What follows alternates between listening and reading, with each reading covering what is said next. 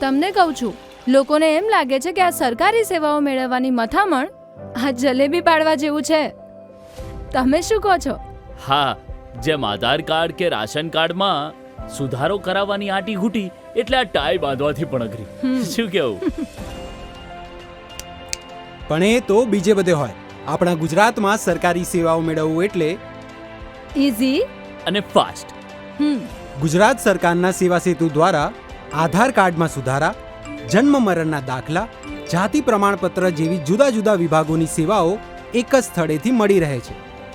અને આ સેવાઓ અમને અમારા ઘર આંગણે મળી રહે તે માટે સરકાર પોતે આવે છે અમારી પાસે. પાછલા તબક્કાઓના અભૂતપૂર્વ પ્રતિસાદ અને સફળતા બાદ 17 સપ્ટેમ્બરથી 31 ઓક્ટોબર 2024 દરમિયાન રાજ્યમાં ગ્રામ્ય અને શહેરી વિસ્તારોમાં ફરી સર્જાવાનો છે નાગરિકોને જરૂરી સરકારી સેવાઓ સાથે જોડતો સેતુ. સેવા સેતુ, પ્રત્યેક નાગરિકના વિકાસનો હેતુ.